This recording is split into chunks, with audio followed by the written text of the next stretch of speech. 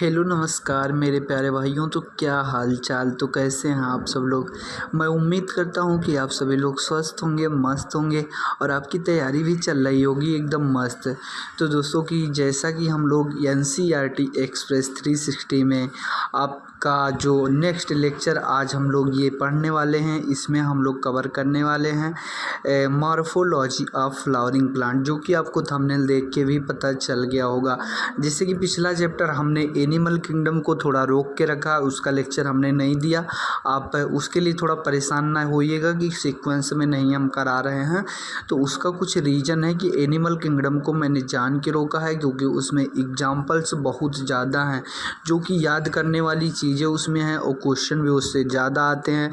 तो उसको हम थोड़ा लास्ट टाइम में करेंगे, इसी महीने में, मतलब अप्रैल में, आने वाले अप्रैल में ही करेंगे, लेकिन ये कोशिश करेंगे कि उसको लास्ट में करें ताकि वो जल्दी से आपको भूले ना। वो ताज़ा ताज़ा पढ़ा रहेगा तो आपको एग्ज़ाम तक याद रहेगा और ऐसे में आप भूल जाएंगे। मैं प्रॉमिस करता हूँ उसको कराऊंगा ज़रूर, छोड़ूंगा नहीं, बस थोड़ा समय लूँगा उसके लिए कि लास्ट में कराऊंगा, इस वजह से उसे रोक दिया है हमने। वैसे कोई बहुत बड़ी बात नहीं है, वो भी ईजी चैप्टर है, आपको याद हो जाएगा आसानी से, ठीक। तो NCERT एक्सप्रेस में आपका एक बार फिर से स्वागत है और इसी के साथ साथ हम अपने एक्सप्रेस को पकड़ते हुए, जैसे कि हम लोग दो तीन चैप्टर को कवर कर चुके हैं, लिविंग वर्ल्ड, बायोलॉजिकल क्लासिफिकेशन और प्लांट किंगडम, ये सब हम लोग पढ़ चुके हैं। मुझे पता है कि आप लोग ये सब लेक्चर्स भी देख चुके होंगे, अगर देख लिया है तो अच्छी बात है, नहीं तो आप वो सब भी अभी कवर कर लीजिए, क्योंकि अब जो आप पढ़ेंगे वो लास्ट बार पढ़ेंगे, इसके बाद अब आपको पढ़ने का मौका नहीं मिलेगा। तो इसमें फिर आज हम NCERT को डिटेल्ड एकदम line by line, word to word, important point को हाईलाइट करते हुए चलेंगे, एक एक चीज़ को हम लोग कवर करते हुए चलेंगे, ठीक। तो इसमें कुछ भी हम छोड़ने वाले नहीं हैं। जो फैमिली इसमें इंक्लूड की गई है वो तो आपको पता है कि मतलब वो अलग से पढ़ना है, तो उसमें जो कटी हुई चीज़ें हैं उसको हम इसमें नहीं पढ़ेंगे क्योंकि हम एकदम न्यू NCERT को फॉलो कर रहे हैं। तो बस आप ऐसे ही लगातार मेहनत करते रहिए, लेक्चर्स देखते रहिए, NCERT रीड करते रहिए और क्वेश्चन प्रैक्टिस अलग से करते रहिए, टेस्ट वगैरह देते रहिए। और 2025 का नीट जो है वो 4 मई अब आपका करीब है, ज़्यादा दिन बचे नहीं हैं इसमें। तो दोस्तों जैसे कि अब 4 मई दूर नहीं है, उसी तरह से अब दिल्ली भी दूर नहीं है। तो अब आपको एम्स जाने से कोई रोक नहीं सकता। आप अच्छे से ऐसे पढ़ते रहें, तैयारी करते रहें, आप जो चाहते हैं आपका सपना एक दिन ज़रूर पूरा होगा।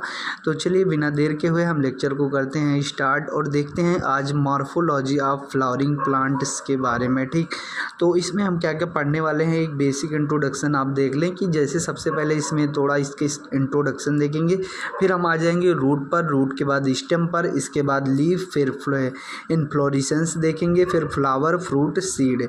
इसके बाद थोड़ा सा हम इसमें देख लेंगे कि सेमी टेक्निकल डिस्क्रिप्शन कुछ दिया है फ्लावरिंग प्लांट्स के बारे में, तो वो देखेंगे। और फैमिली के बारे में दिया है, तो इसमें सोलेनेसी जो दिया है, ये सब कट गया है, फैबिएसी, सोलेनेसी, तो ये जो चीज़ें कट गई हैं इसमें हम कुछ पढ़ने वाले नहीं हैं, ठीक। तो फैमिली आपको अलग से आपके नोट्स में टीचर ने पढ़ाया होगा तो आप उससे पढ़ सकते हैं, बाकी उसकी NCERT कहीं से मिल जाएगी, पुरानी तो मैं करा दूंगा अलग से। तो चलिए देखते हैं कि इसमें क्या चीज़ें दी हुई हैं। तो सबसे पहली लाइन जो लिखी हुई है, the wide range in structure of higher plants will never fail to fascinate us. जैसे कि आप जानते हैं भैया कि even through the angiosperm show such a large diversity in external structure और मॉर्फोलॉजी। जैसे आपको पता है कि भैया एंजियोस्पर्म की मॉर्फोलॉजी या एक्सटर्नल स्ट्रक्चर जो होती है इसमें बहुत ज़्यादा डाइवर्सिटी पाई जाती है, फिर भी इन्हें हायर प्लांट्स में रखा गया है, ठीक। तो ये इन्हें हायर प्लांट्स के समूह में रखा गया है। तो इसको जो रखा गया है ये इसे कई तरह से कैरेक्टराइज किया जाता है, इसके कई सारे लक्षण हैं जिसके बेसिस पर इसे रखा गया है, जैसे कि presence of roots, stem, leaves, flower and fruits. तो इन सभी के बेसिस पर इन्हें रखा गया है, ठीक। तो इन चैप्टर 2 and 3, मतलब दूसरे तीसरे चैप्टर में आपने क्लासिफिकेशन ऑफ प्लांट्स और मॉर्फोलॉजिकल कैरेक्टरिस्टिक्स के बारे में पढ़ा था, तो उसमें successful term classification, understanding any higher plant, ये सब चीज़ें कुछ लिखी नहीं है खास। यहाँ आप देखते हैं कि you if you pull out any weed you will see that all of them have a root stem and leaf। यदि आप किसी खरपतवार को उखाड़ कर देखते हैं तो उसमें क्या होगा, उसमें आप देखेंगे कि क्या पाया जाएगा, उसमें आप देखेंगे रूट्स पाए जाएंगे, स्टेम भी पाए जाएंगे, लीव्स भी पाए जाएंगे। ठीक, तो ये चीज़ें आपको देखने को मिलती है। They may be bearing flower and fruits, उसमें फ्लावर और फ्रूट भी हो सकते हैं। ठीक, the underground plant of the flowering plant is the root system while the portion above the ground from the shoot system. भैया आप किसी फ्लावरिंग प्लांट को अगर देखेंगे तो उसके जो ऊपर वाला पार्ट होता है, ऊपर वाले पार्ट को हम शूट सिस्टम कहते हैं, और जो नीचे वाला पार्ट जो ग्राउंड की तरफ पाया जाता है उसे हम शूट सिस्टम कहते हैं। ठीक, तो निचले पार्ट को हम रूट सिस्टम कहते हैं और ऊपर वाले पार्ट को हम शूट सिस्टम कहते हैं, क्योंकि रूट जो होता है उसकी जड़ें जो होती हैं वो ज़मीन में पाई जाती हैं। तो नीचे वाला पार्ट जो हो गया वो रूट सिस्टम हो गया, उसका जो तना होता है वो ऊपर पाया जाता है, इसलिए उसे हम शूट सिस्टम कहते हैं। अब इसके आगे हम देखते हैं कि क्या लिखा हुआ है। जिसे इधर दिया हुआ tap root system as seen in the mustard. भैया टैप रूट सिस्टम जो है वो मस्टर्ड में पाया जाता है। In monocotyledonous plant the primary root is short lived and replaced by large number of roots. भैया क्या कह रहा है कि मोनोकोटिलिडोन्स मतलब जो मोनोकॉट प्लांट होते हैं उसमें फाइब्रस रूट्स पाया जाता है और इसको रिप्लेस किया जाता है लार्ज नंबर ऑफ रूट्स से, मतलब ढेर सारे रूट्स के द्वारा इसे रिप्लेस किया जाता है। These roots originate from base of the stem. ये रूट जो होते हैं वो बेस ऑफ स्टेम मतलब स्टेम के बेस से निकलते हैं। Constitute the fibrous root system, जो कि फाइब्रस रूट सिस्टम को बनाते हैं। As seen in wheat plant, जो कि आपको गेहूं के पौधे में देखने को मिलता है क्योंकि ये मोनोकोटिलिडोनस होता है। ठीक, in some plants like grass, monstera and banyan tree roots arises from parts of the plant, other parts of the plant other than the radical are called adventitious roots।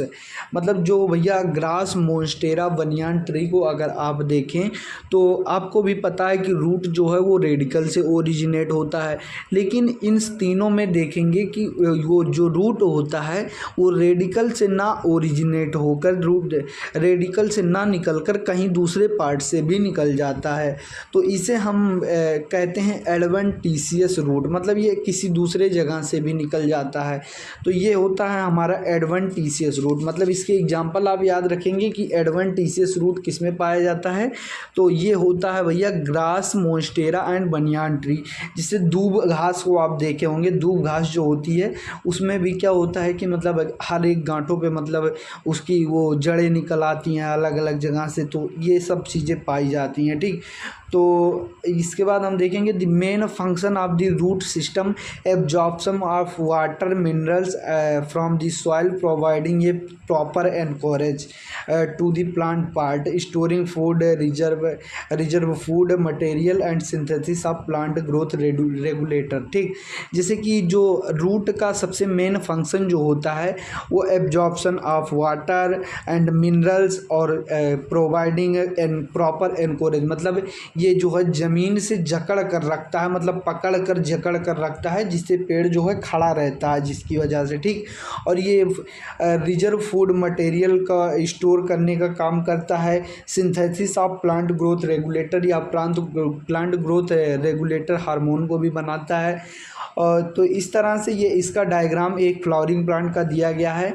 जो ये ऊपर वाला पार्ट दिया गया है इसे हम शूट सिस्टम कहते हैं, निचले पार्ट को हम रूट सिस्टम कहते हैं।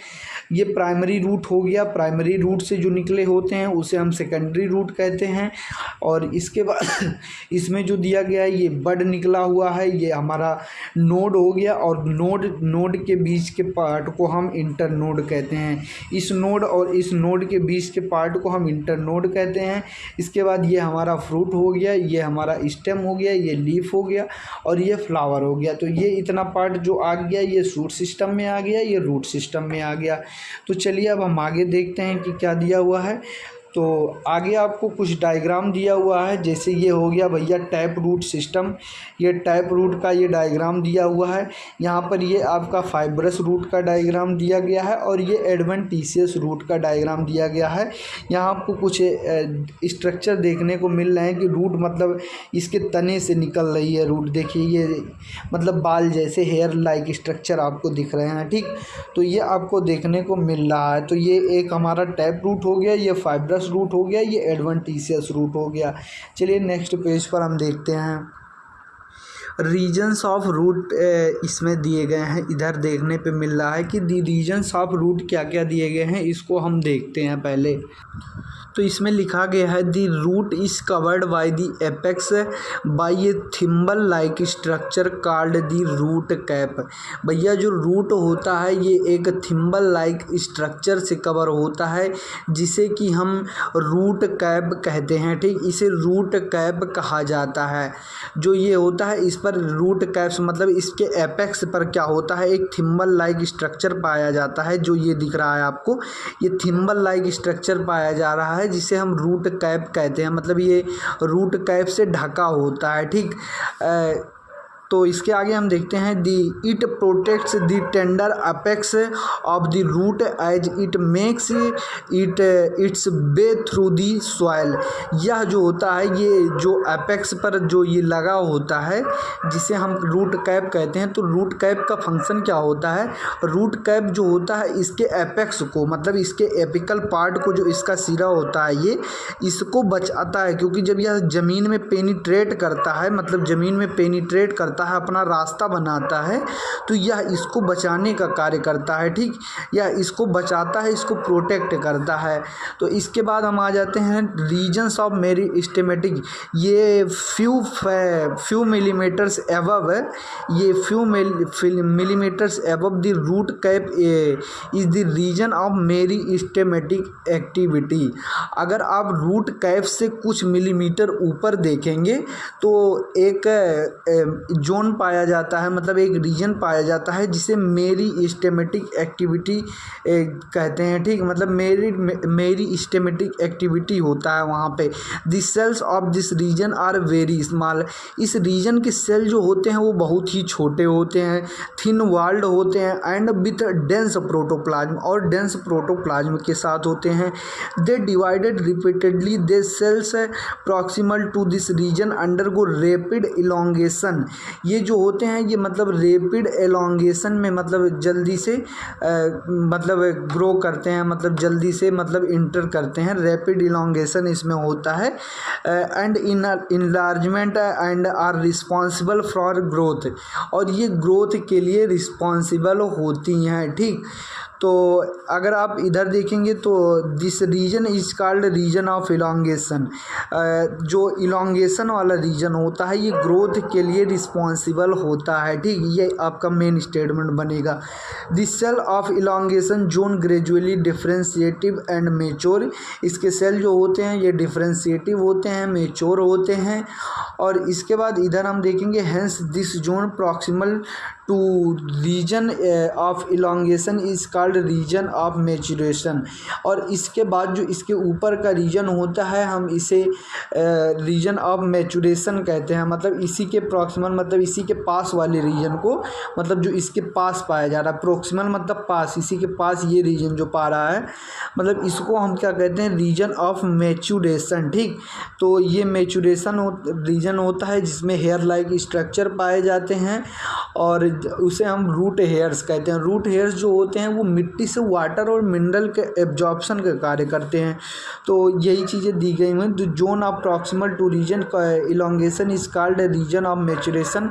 From this region some of the epidermal cells from very fine and delicate thread like structure called root hairs. These root hairs absorb water and mineral from the soil. मतलब ये धागे जैसी संरचनाएं निकली होती हैं जो कि मिट्टी से ये एब्जॉर्ब वाटर और मिनरल एब्जॉर्ब करने का कार्य करती हैं। तो ये आपका डायग्राम भी इसके साथ हमने कवर कर दिया। इसके बाद हम देखते हैं स्टेम पे आ जाते हैं। जैसे इसमें जैसे मॉडिफिकेशन जो दिया था, और modification of root, modification of stem, तो ये सब चीज़ें जो हैं आपके सिलेबस से कट चुकी हैं, जो कि न्यू एनसीईआरटी से भी हटा दिया गया है, तो उसको हम इसमें नहीं कवर कर रहे हैं। ठीक, तो अब इसके बाद हम आ जाते हैं दी स्टेम पर। What are the feature that distinguish ये स्टेम फ्रॉम ये रूट, मतलब कौन सा ऐसा फीचर है पौधों में कि मतलब जो कि एक रूट को एक स्टेम से अलग करती है। ठीक, तो इसमें देखने को मिलता है दोस्तों कि the stem is the ascending part of the axis bearing branch leaves flower and the fruits. मतलब असेंडिंग पार्ट मतलब भैया आगे वाला पार्ट, ऊपर वाला पार्ट होता है, और डिसेंडिंग मतलब डाउन जाना, मतलब आप नीचे की तरफ देखेंगे तो वो डिसेंडिंग पार्ट जो होता है वो रूट होता है, और असेंडिंग पार्ट जो होता है वो स्टेम होता है हमारा। ठीक, तो जिसमें जो होती हैं ब्रांच पाई जाती हैं, लीव्स पाई जाती हैं, फ्लावर एंड फ्रूट्स पाए जाते हैं। इट डेवलप फ्रॉम प्लीम्यूल, भैया रेडिकल से रूट बनता है, प्लीम्यूल से सूट बनता है। सूट मतलब स्टेम होता है। ये चीज़ आप याद रखेंगे कि आर फॉर रेडिकल, आर से बनता है रूट, और इसके बाद ये प्लीम्यूल होता है, प्लीम्यूल से बनता है सूट। ठीक, सूट सिस्टम इससे बनता है। सूट सिस्टम मतलब क्या हो गया, ये स्टेम को बनाता है। ठीक, तो ये चीज़ आप याद रखेंगे कि रेडिकल से रूट बनता है, और इसके बाद जो ये हो गया हमारा, इससे सूट बनता है। तो ये आप याद रखेंगे, प्लीम्यूल से सूट बनता है। ऑफ द एम्ब्रियो ऑफ ये germinating seed the stem bear nodes and internodes, भैया स्टेम के अंदर नोट्स एंड इंटरनोट्स पाए जाते हैं। अभी मैंने आपको बताया था, जैसे ये आपका स्टेम हो गया। ठीक, तो इसमें नोड मतलब गांठें पाई जाती हैं। ठीक, ऐसे ढेर सारी गांठें पाई जाती हैं। आप गन्ना देखे होंगे तो शुगर केन में ये चीज़ें पाई जाती हैं, आपको अच्छे से देखने को मिलेगा। तो ये जो पोर्शन है इसको हम नोट्स कहते हैं। ठीक, ये जो गांठ पाई जा रही है इसे हम नोट्स कहते हैं। ठीक, तो ये हो गई नोट्स। ठीक, ये नोट्स होती हैं, और इसके जो बीच का पार्ट होता है ये भी हमारा नोट्स हो गया। तो नोट्स के बीच की जो पार्ट होती है, जो नोट्स के बीच में पाया जाता है, उसे हम इंटर नोट्स कहते हैं। ठीक, तो ये हमारा इंटर नोट्स हो जाता है। दो नोट्स के बीच में जो पार्ट पाया जाता है उसे हम इंटर नोट्स कहते हैं। अब इसके बाद देखेंगे आप the bearing branch, leaf, stem, ये सभी हो गए, और यहाँ internodes between two nodes the stem bear buds. Stem जो होते हैं ये बड्स को मतलब भी रखते हैं, विच में भी टर्मिनल और एक्जिलरी। टर्मिनल मतलब उसके सिर पर मतलब ऊपर की तरफ पाया जाता है, उसे टर्मिनल कहते हैं। एक्जियल मतलब जो ऐसे क्रॉस में पाया जा रहा हो तो उसे एक्जियल कहेंगे। ठीक, तो ये चीज़ हो गया। इसके बाद अगर हम देखेंगे तो stem is generally green. Stem जो होता है जनरली ग्रीन होता है। When young and later often become woody and dark brown. लेकिन यह जब यंग होता है भैया, जब जवान होता है स्टेम, धीरे धीरे जब मेच्योर होता है तो इसका कलर जो होता है चेंज हो जाता है, ये लकड़ी बन जाती है, मतलब वुडन हो जाता है, और इसका जो कलर होता है ये डार्क ब्राउन हो जाता है। The main function of the stem is spreading out branches. इसका जो मेन फंक्शन होता है ये मतलब इसमें इस ब्रांचेस होती हैं, बियरिंग लीव्स, फ्लावर, फ्रूट्स। इसका काम जो होता है ये सभी चीज़ों को रखना होता है। It conducts water, mineral and photosynthesis. Some stems perform the function of storage, support, protection and vegetative propagation. इसका जो मेन फंक्शन होता है भैया ये कंडक्ट वाटर एंड मिनरल, मतलब ये वाटर और मिनरल के ट्रांसपोर्ट का काम भी करती है, फोटोसिंथेसिस भी करवाती है। कुछ सिस्टम जो होती हैं वो फंक्शन परफॉर्म करती हैं, स्टोरेज ऑफ फूड का सपोर्ट प्रोवाइड करती हैं, प्रोटेक्शन एंड वेजिटेटिव प्रोपागेशन भी करती हैं। ठीक, तो इसके बाद हम आ जाते हैं लीफ के बारे में क्या दिया हुआ है। तो लीफ में भैया दिया हुआ है कि the leaf lateral generally flattened structure borne on the stem. Leaf is ये लैटरल, मतलब लीफ जो होता है है लैटरल होता है, जनरली फ्लैटेंड मतलब चिपटा होता है, structure one on the stem, ये जो होता है स्टेम के पास पाया जाता है, मतलब स्टेम से निकलता है।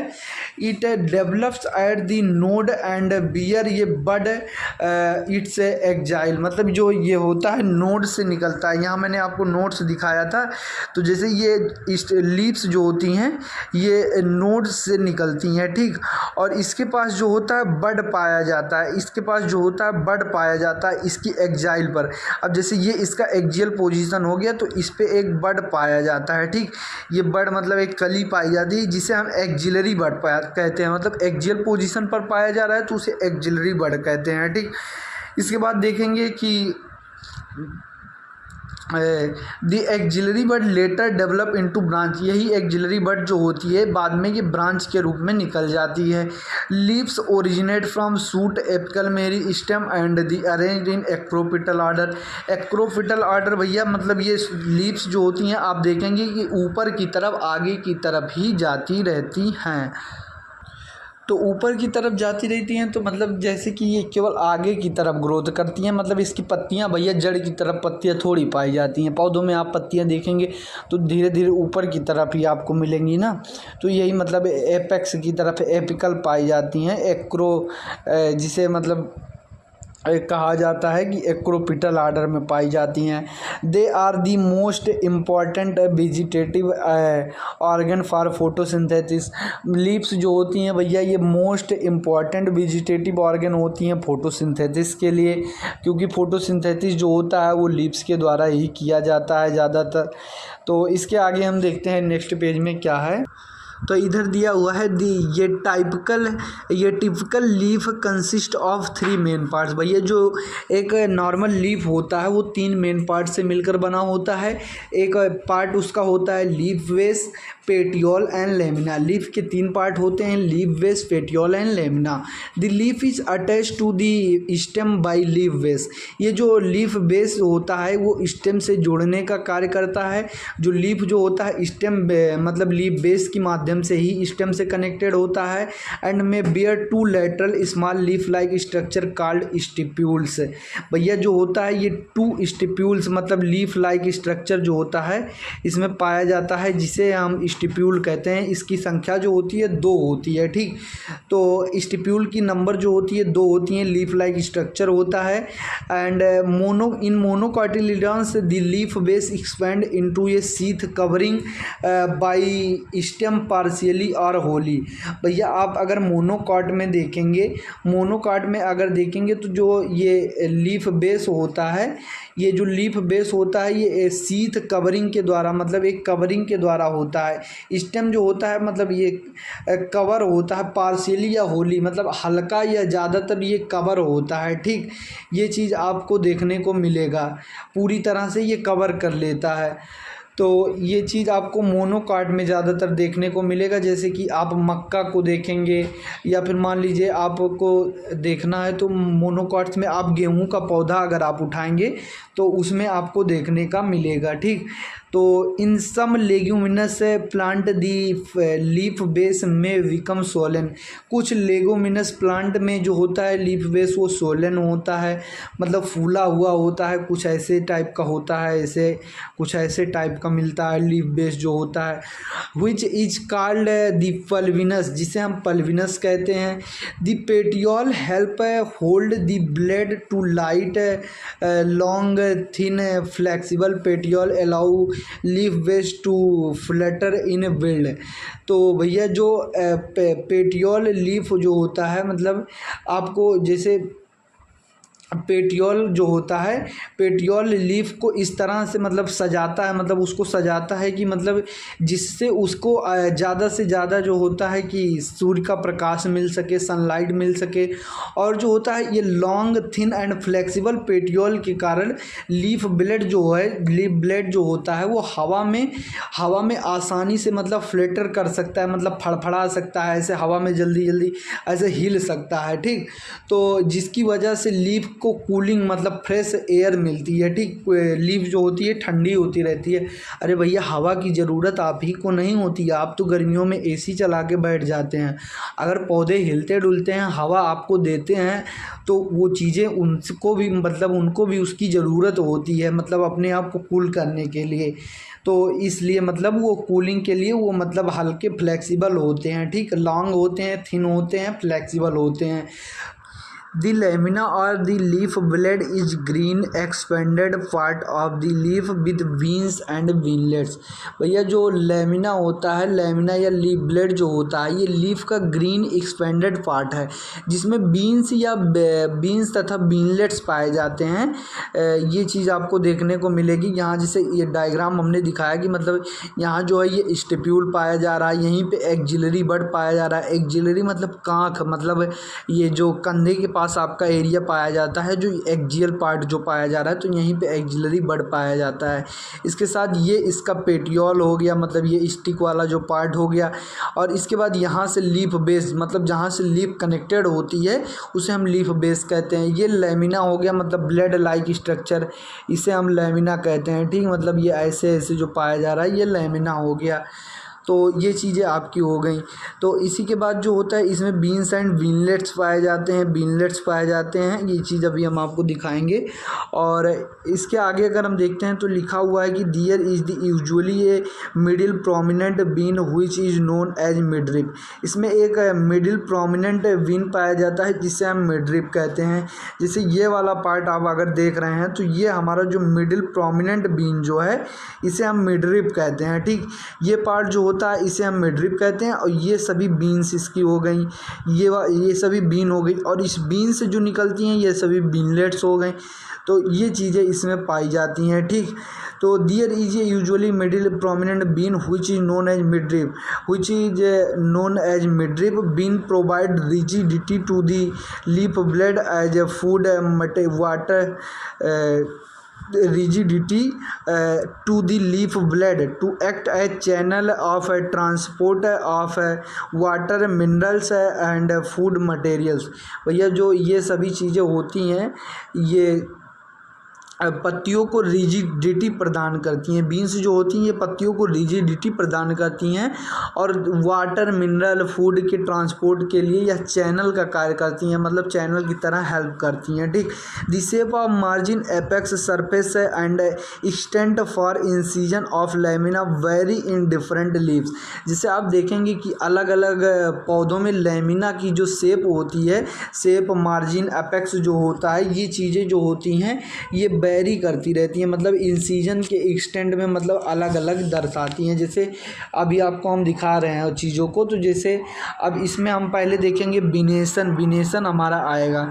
तो विनेशन वाला पार्ट जब हम देखेंगे तो the arrangement of veins is car veins and the veinlets in the lamina of the blood leaf is term as venation. मतलब भैया बीन और बीनलेट्स के अरेंजमेंट को हम ही विनेशन कहते हैं। किसमें? लेमिना ऑफ द लीफ में, ठीक। तो इस चीज़ को हम विनेशन कहते हैं। व्हेन द बीनलेट्स फॉर्म ये नेटवर्क, जब बीनलेट्स जो होता है एक नेटवर्क फॉर्म करता है तो the venation is termed as reticulate, तो उसे हम रेटिकुलेट विनेशन कहते हैं। लेकिन जब veins run parallel to each other within ये लेमिना जो ये बीन होती हैं एक लेमिना के अंदर जो होती हैं ये पैरेलल अगर चलती रहती हैं, पैरेलल मतलब होती हैं एक दूसरे के, तो उसे हम पैरेलल विनेशन कहते हैं। आप देखेंगे leaves of dicotyledonous plant generally possess reticulate venation. Dicotyledonous के प्लांट में आपको रेटिकुलेट विनेशन देखने को मिलेगा। और वहीं अगर आप देखें तो पैरेलल विनेशन जो होता है वो मोस्टली मोनोकोटिलीडोनस में देखने को मिलता है। ये हो गया आपका रेटिकुलेट विनेशन, जिसमें कि मतलब एकदम रैंडम ऑर्डर में ये सब बीन्स पाए जा रहे हैं, टेढ़ा मेढ़ा इधर उधर एक नेटवर्क जाल बना रहे हैं, मतलब जाला जैसा स्ट्रक्चर पाया जा रहा है। ठीक, उसी तरह देखें तो ये पैरेलली अरेंज है, ये मोनोकॉट में पाए जाते हैं जिसे हम पैरेलल वेनेशन कहते हैं। तो ये आपका एग्जांपल हो गया। इसके बाद हम आ जाते हैं लीव्स पर। तो लीव्स के बारे में देखते हैं, टाइप्स ऑफ लीव्स कितनी प्रकार की होती हैं। तो ये leaf is said to be simple. भैया एक लीफ जो है ये सिंपल टाइप की भी हो सकती हैं। सिंपल है when its lamina is entire और व्हेन इंसाइज्ड। तो भैया जो इसकी लेमिना जो होती है ये इंसाइज्ड होती है, मतलब कटी हुई होती है, परंतु इंसीजन जो होती है मिडरिप को टच नहीं करती है, तो उसे हम सिंपल लीफ कहते हैं। जैसे कि ये लाइन आप पढ़ेंगे तो आपको पता चलेगा, when its lamina is entire और when incised the incision do not touch midrib. भैया जो इसकी जो इंसीजन इसमें जो आप देखेंगे इसका लेमिना जो होगा ये कटा हुआ इसमें मतलब मिलेंगी पत्तियां, लेकिन ये जो होती हैं मिडरिप को टच नहीं करती हैं, तो इसे हम सिंपल कहेंगे। When the incision is the lamina of reach up to midrib. लेकिन जब इंसीजन जो होती है वो मिडरिप तक पहुंच जाती है तो उसे हम कंपाउंड लीफ कहते हैं। तो उसमें लीफलेट का फॉर्मेशन हो जाता है, तो उसे हम कंपाउंड लीफ कहते हैं। ये bud is present in the axil of petiole in both simple and compound leaf. एक बड पाया जाता है जो पेटियोल के पास in both simple and compound leaves, but not the axil leaflets of the compound. लेकिन जो एक्जाइल के मतलब उसमें लीफलेट्स जो होते हैं वो नहीं पाए जाते हैं। एक्जाइल में बड जो होती है नहीं पाई जाती। कंपाउंड लीफ में, कंपाउंड लीफ का जो लीफलेट होता है उसमें उसके एक्जाइल में बड नहीं पाई जाती है, और सिंपल वाले में बड जो होती है वो प्रेजेंट होती है।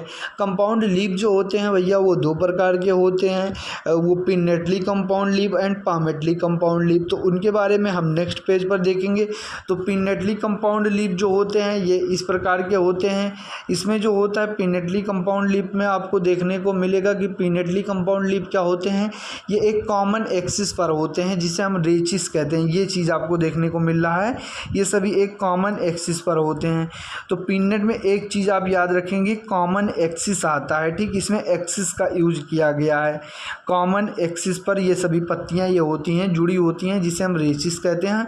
और पॉमेट में क्या होता है भैया, पॉमेट में जो होता है, पॉमेट का एग्जाम्पल सिल्क कॉटन होता है। पॉमेट में मतलब हथेली जैसा, पाम जैसा जो स्ट्रक्चर होता है उसे हम पॉमेट कहते हैं। जिसे पॉमेट मतलब ये देखिए पंजे जैसा स्ट्रक्चर है, ये एक कंपाउंड मतलब एक कॉमन पॉइंट पर ये सभी चीज़ें जो है अटैच हैं, ये सभी एक कॉमन पॉइंट से जुड़ी हुई हैं। तो यहाँ पर कॉमन पॉइंट को यूज़ किया गया है, वहाँ पर एक्सिस, कॉमन एक्सिस यूज़ किया गया है, यहाँ कॉमन पॉइंट। ये चीज़ आपको डिफिनीशन हम नेक्स्ट पेज पर दिखाते हैं। तो जो पिनेटली कंपाउंड लीफ होती हैं, the number of leaflets are present on ये common axis and the rachis है। मतलब हमने आपको अभी बताया कि मतलब जो एक पिनेटली कंपाउंड लीफ होते हैं उसमें जो होती हैं ये एक कॉमन एक्सिस पर पाई जाती हैं जिसे हम रेचिस कहते हैं, विच पे represent the midrib of the leaf as in neem. Neem का एग्जाम्पल हमने आपको दिखाया जो पिनेटली होते हैं। And palmately compound leaf the leaflets are attach to common point that is tip of the petiole silk cotton. ये चीज़ हम आपको बता चुके हैं। इसके बाद हम फाइलोटैक्सी पर आ जाते हैं। फाइलोटैक्सी में क्या दिया हुआ है कि phyllotaxy is the pattern of arrangement of leaves. भैया अरेंजमेंट ऑफ लीफ को हम फाइलोटैक्सी कहते हैं ऑन द स्टेम और ब्रांच। मतलब स्टेम और ब्रांच पर आपका जो लीफ का अरेंजमेंट होता है उसे हम फाइलोटैक्सी कहते हैं। दिस इज यूजुअली 3 टाइप्स या 3 प्रकार का होता है, अल्टरनेट, अपोजिट, वर्ल्ड। ठीक, तो alternate, opposite and world type का होता है। अल्टरनेट जो होता है MSC मतलब मस्टर्ड चाइना और मस्टर्ड सनफ्लावर चाइना रोज, इन सभी में जो होता है ये अल्टरनेट टाइप का पाया जाता है। फाइलोटैक्सी सिंगल लीफ होता है, एराइज टू ईच नोट मतलब ईच नोट से सिंगल लीफ निकलती है। जैसे इसको अगर हम ये डायग्राम हम और क्लियरिफाई करें तो आप ऐसे अगर देखेंगे तो मान लीजिए ये आपके नोड हो गए हैं, ठीक। तो ये नोड हो गए, तो एक नोड से जो होता है ये सिंगल लीफ निकलती है, मतलब दोनों तरफ से लीफ नहीं पाए जाते, ठीक। तो आप ऐसे देख सकते हैं प्रत्येक नोड से केवल एक एक लीफ निकलती है। फिर इसके बाद अगर हम देखते हैं तो इन अल्टरनेट मैनर में पाई जाती हैं, मतलब एक के पे पाई जाती हैं, इधर पाई जाती हैं, फिर इधर पाई जाती हैं, फिर इधर पाई जाएगी, फिर इधर पाई जाएगी, इस तरह से पाई जाती हैं। तो इसका एग्जाम्पल अगर देखेंगे तो चाइना रोज, मस्टर्ड, सनफ्लावर होता है। इन अपोजिट में अगर देखेंगे तो पेयर ऑफ लीव्स पाई जाती हैं। अपोजिट का एग्जाम्पल भैया यहाँ गुआवा दिया गया। अपोजिट में क्या होता है, सेम कुछ इसी तरह से होता है। तो अपोजिट में क्या होता है कि जो ये लीव्स होती हैं ये एक पेयर में पाई जाती हैं, मतलब इधर से भी लीव्स पाई जाती हैं और इधर से भी लीव्स पाई जाती हैं। तो ये कुछ इस तरह के होते हैं, ठीक। दोनों तरफ से मतलब लीव्स पाई जाती हैं और एक ही नोड से निकले हुए होते हैं, ठीक। तो ये pair of leaves arise from each node and the opposite to each other. Calotropis and guava plant से में पाया जाता है ये सब। Is more than two leaves arise from ये नोड फॉर्म ये whorl. It is called whorled as in alstonia. अगर भैया एक ही नोड से, मान लीजिए एक ही नोड से एक या एक से ज़्यादा पत्तियाँ निकल रही हैं, जैसे यहाँ एक निकल रही, यहाँ दो निकल रही, लेकिन एक दो से ज़्यादा अगर निकल रही है एक ही नोड से तो उसे हम वर्ल कहेंगे, ठीक। तो वर्ल में क्या आता है, उसका एक ही एग्जाम्पल जो दिया गया है वो एलस्टोनिया दिया गया है। भैया एग्जाम्पल आप याद रखेंगे, एग्जाम्पल पर बार बार क्वेश्चन पूछा जाता है। 20 से 22 क्वेश्चन जो होता है वो आपके केवल एग्जाम्पल, डायरेक्ट एग्जाम्पल पर बनाया जाता है। तो एग्जाम्पल आप कैसे याद करेंगे, अब ये आपको याद करना है, आप अपने तरीके से याद करिएगा। बाकी इसके बाद हम आ जाते हैं एलस्टोनिया पर, ठीक। तो इन्फ्लोरेसेंस पर आ जाते हैं। तो इन्फ्लोरेसेंस अगर देखा जाए तो ये flower is a modified suit. एक फ्लावर जो होता है भैया ये मॉडिफाइड सूट होता है, भैया सूट से ही फ्लावर बनता है। Where in the shoot apical meristem change into floral meristem. Internode do not elongate and the axis get condensed। भैया जो सूट का मतलब एपिकल मेरिस्टेम होता है वो change to floral meristem. Apical meristem जो होता है वो फ्लोरल मेरिस्टेम में कन्वर्ट हो जाता है। Internode do not elongate and the gets condense. इसमें इंटरनोड जो होते हैं ये इलोंगेट मतलब लंबे नहीं होते हैं, ये कंडेंस होते हैं। And the apex produce different kind of floral appendage laterally and successive notes instead of leaves. मतलब जो ये फ्लोरल जो एपेक्स होता है ये अलग अलग टाइप के laterally successive notes instead of leave मतलब अपेंडेजेस को मतलब ये प्रोड्यूस करता है, ठीक। व्हेन ये सूट टिप ट्रांसफॉर्म इनटू ये flower it is always solitary. मतलब अगर कोई सूट टिप अगर मतलब कन्वर्ट हो जाए फ्लावर में तो उसे हम सॉलिटरी कहेंगे। The arrangement of the flower on the floral axis is term as inflorescence. भैया मतलब अरेंजमेंट ऑफ फ्लावर मतलब फ्लावर के अरेंजमेंट को हम जब फ्लोरल एक्सिस पर फ्लावर का अरेंजमेंट होता है तो उसे हम फ्लोरेसेंस कहते हैं, इन्फ्लोरेसेंस कहते हैं। Depending on whether the apex get develop into a flower continue to grow major type of inflorescence are defined as racemose and cymose. भैया जो होते हैं फ्लावर के पोजीशन के आधार पर ये दो प्रकार के पाए जाते हैं, रेसिमोज एंड साइमोज। रेसिमोज जो होता है भैया रेसिमोज में मतलब एक रेस में मतलब सीधे सीधे आगे की तरफ ऊपर की तरफ जो होती हैं ये ग्रो करती जाती हैं ऊपर की तरफ। और अगर साइमोज में देखा जाए तो भैया साइमोज में मतलब ये नीचे की तरफ ही मतलब एक लिमिटेड प्लांट की तरह मतलब ये ग्रो करती हैं, बहुत ज़्यादा बड़ी नहीं होती हैं, ठीक। तो इस तरह से ये फ्लावर का मतलब इनका ग्रो होता है। फ्लावर जो होते हैं वो नीचे की तरफ ही पाए जाते हैं, बेसिपिटल आर्डर में पाए जाते हैं। In cymose inflorescence main axis terminate in ये फ्लावर। मतलब साइमोज में क्या होता है कि भैया जो मेन एक्सिस होता है वो खुद ही मतलब टर्मिनेट हो जाता है फ्लावर में। जैसे इसका मेन एक्सिस जो है ये खुद मतलब इसमें जो है ये रेसिमोज है मतलब ऊपर की तरफ जाता जा रहा है। लेकिन साइमोज में क्या होता है उसका मेन एक्सिस खुद जो है वो फ्लावर में कन्वर्ट हो जाता है तो उसकी ग्रोथ ज़्यादा नहीं होती, तो वहीं पर मतलब वो बेसिपिटल ऑर्डर में ही मतलब ग्रोथ करते रहते हैं, मतलब बेस की तरफ ही रह जाते हैं। तो इसके बाद हम देखेंगे, ये देखिए inflorescence is the main axis terminate into flower, hence limited growth and the flower are borne in ये बेसी पेडल ऑर्डर। तो ये चीज़ आपको यहाँ देखने को मिल रही। नेक्स्ट पेज पे हम देखते हैं क्या है। तो नेक्स्ट हम देख लेते हैं फ्लावर के बारे में, ठीक। तो फ्लावर के बारे में कुछ चीज़ें जो दी गई हैं उसको हम जल्दी से देखते हैं। ये देखिए साइमोस फ्लावर दिया गया है, इसका जो मेन टर्मिनल एक्सिस है ये खुद ही फ्लावर में कन्वर्ट हो गया है। तो दी flower is the reproductive unit in angiosperm. भैया जो फ्लावर होता है ये रिप्रोडक्टिव यूनिट होता है एंजियोस्पर्म का। एंजियोस्पर्म में जो होता है रिप्रोडक्शन वो फ्लावर के थ्रू ही होता है, ठीक। इसी तरह देखेंगे it meet for sexual reproduction. Sexual reproduction ये typical flower has 4 different kind of well arranged successively, मतलब successively on the swollen end of the stalk और पेडिसल। जैसे इसका मतलब आप देखेंगे सेक्सुअल रिप्रोडक्शन, आप देखेंगे कि एक टिपिकल फ्लावर में 4 विभिन्न प्रकार के, मतलब अलग अलग प्रकार के होल्स होते हैं, वेल्स होते हैं, ठीक।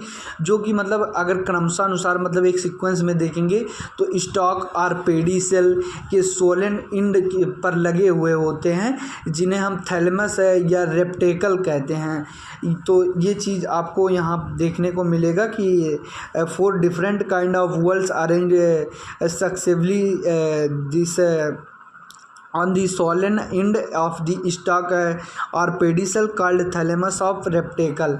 मतलब जो कि ये जिसे हम थैलेमस या रेप्टेकल कहते हैं, रिसेप्टेकल कहते हैं, ठीक। तो ये चीज़ दी हुई है आपकी। इसके बाद यहाँ पर मतलब जिसे इसका जो चारों चीज़ जो दिया गया है, तो ये मतलब हो गया these are the calyx, corolla, androecium and gynoecium. Calyx and corolla are the accessory organ. ये जो होती हैं कैलिक्स एंड कोरोला जो होती हैं ये एक्सेसरी ऑर्गन होती हैं, जबकि एंडोसियम तथा गाइनोसियम जो होते हैं वो रिप्रोडक्टिव ऑर्गन होते हैं। In some flower like lily, अगर जैसे कि आप लिली में देखेंगे कैलिक्स तथा कोरोला जो होती हैं इनमें कोई अंतर नहीं होता है, जिसे हम पेरियंथ कहते हैं, ये जो है पेरियंथ कहते हैं। एंड दी व्हेन ये flower has both एंडोसियम and gynoecium it is bisexual. अगर देखेंगे कि flower has both एंडोसियम and gynoecium, जैसे फ्लावर के पास जो होता है ये एंडोसियम एंड गाइनोसियम दोनों होता है, इसलिए इसे हम बाईसेक्सुअल कहते हैं। जब उसमें एंडोसियम गाइनोसियम दोनों पाया जाता है तो उसे बाईसेक्सुअल कहते हैं। लेकिन जब फ्लावर के पास या तो केवल स्टामेन और या फिर केवल कार्पेल पाया जाता है तो उसे हम यूनिसेक्सुअल कहते हैं, ठीक। मतलब दोनों कोई एक पाया जाता है तो उसे हम यूनिसेक्सुअल कहते हैं। इसके बाद अगर देखेंगे सिमेट्री, तो सिमेट्री में जो होता है फ्लावर जो होता है एक्टिनोमॉर्फिक, जाइगोमॉर्फिक, 2 प्रकार की सिमेट्री ये शो करते हैं। तो ये सिमेट्री ऑफ ये फ्लावर दी में भी एक्टिनोमॉर्फिक, एक्टिनोमॉर्फिक को हम रेडियल सिमेट्री कहते हैं, और जाइगोमॉर्फिक जिसे हम बाइलेटरल सिमेट्री कहते हैं।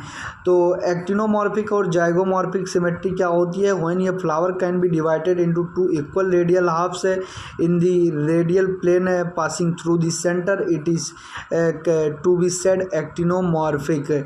जब किसी फ्लावर मतलब जब किसी फ्लावर को सेंटर से पास होने वाली किसी रेडियल प्लेन के द्वारा काट दिया जाता है, मतलब 2 बराबर भागों में मतलब डिवाइड कर दिया जाता है, तो उससे क्या होता है, तो उसे हम एक्टिनोमॉर्फिक कहते हैं। जैसे कि मस्टर्ड, धतूरा और चिली में ये सभी पाई जाती हैं। लेकिन जब हम क्या करते हैं कि मतलब 2 सिमिलर हाफ्स को ओनली 1 पर्टिकुलर वर्टिकल प्लेन से काटते हैं, लेकिन जब हम किसी फ्लावर को बीच से किसी भी वर्टिकल प्लेन से ना काट पाएँ, मतलब उसे हम मतलब कहीं से भी डिवाइड ना कर सकें, तो उसे हम सॉरी मतलब वो तो एसिमेट्रिकल हो जाएगा। ये एक्टिनोमॉर्फिक के बाद जाइगोमॉर्फिक जो होता है, इसको मतलब जब हम किसी फ्लावर को वर्टिकल प्लेन से 2 भागों में डिवाइड किया जा सके, लेकिन मतलब केवल एक फिक्स वर्टिकल प्लेन से डिवाइड किया जा सके, मतलब ऐसे कहीं से भी नहीं, अगर रैंडमली कहीं से भी किया जा रहा है तो उसे हम रेडियल कहेंगे, जो कि एक्टिनोमॉर्फिक हमारा हो जाता है, ठीक। लेकिन जब उसको एक फिक्स जगह से मतलब एक फिक्स वर्टिकल प्लेन से किया जाएगा तो उसे हम जाइगोमॉर्फिक कहेंगे, जो कि पी गुलमोहर बीनकेसिया में पाया जाता है।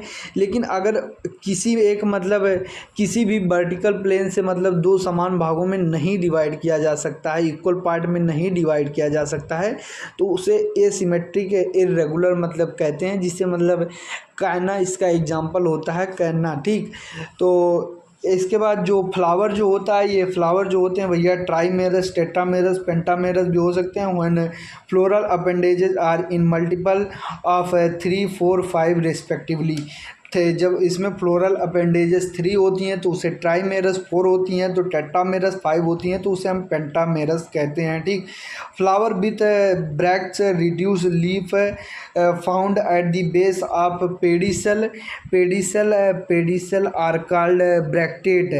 भैया जो फ्लावर होती हैं ये with bract reduced leaf, with bract के साथ जब पाई जाती हैं, रिड्यूस्ड लीफ के साथ मतलब रिड्यूस्ड लीफ होती है उसमें ब्रैक्ट के साथ पाई जाती हैं तो उसे हम ब्रैक्टेड कहते हैं। और मतलब अगर उसमें ब्रैक्ट नहीं पाया जाता है तो उसे हम ई ब्रैक्टेड कहते हैं। तो ये चीज़ आप थोड़ा ध्यान रखेंगे कि जब फ्लावर में ब्रैक्ट होते हैं तो उसे ब्रैक्टेड कहते हैं, और जब बिना ब्रैक्टेड के होते हैं तो उसे हम ई ब्रैक्टेड कहते हैं। ब्रैक्ट पेडिसेल के बेस पर उपस्थित रिड्यूस लीफ जो होता है उसे हम कहते हैं। ठीक, तो इसके बाद हम देख लेते हैं इसके जो नीचे जो डायग्राम दिए गए हैं, तो डायग्राम में क्या क्या दिया गया है। तो भैया ये डायग्राम भैया नीट 2024 में आया था, काफ़ी लोगों ने इसे गलत किया। ये एक कंफ्यूजिंग डायग्राम था, लोगों को सेम मतलब अलग अलग लग रहा था, लेकिन ये दोनों डायग्राम सेम थे। ठीक, तो ये पहला हो गया, ये देखिए हाइपोगाइनस, और ये दूसरा आपका एग्जाम्पल जो हो गया ये पेरीगाइनस का हो गया, और तीसरा जो एग्जाम्पल है डी वाला ये हो गया हमारा ये एपीगाइनस का हो गया। तो ये भैया हाइपोगाइनस का है, और ये दोनों जो हैं बी और सी ये दोनों हो गए हमारे ये पेरीगाइनस के एग्जाम्पल हैं। ठीक, तो ये नीट 2024 में पूछा गया था, ये दोनों पेरीगाइनस के एग्जाम्पल हैं, सेम एक ही एग्जाम्पल हैं, दो डायग्राम इसके दिए गए हैं। ठीक, तो ये चीज़ आप याद रखेंगे। बाकी ये एपीगाइनस हो गया, ये हो गया हमारा ये हो गया हाइपोगाइनस। तो इसके बाद हम हाइपोगाइनस, पेरीगाइनस, एपीगाइनस क्या होता है चलिए उसको देख लेते हैं।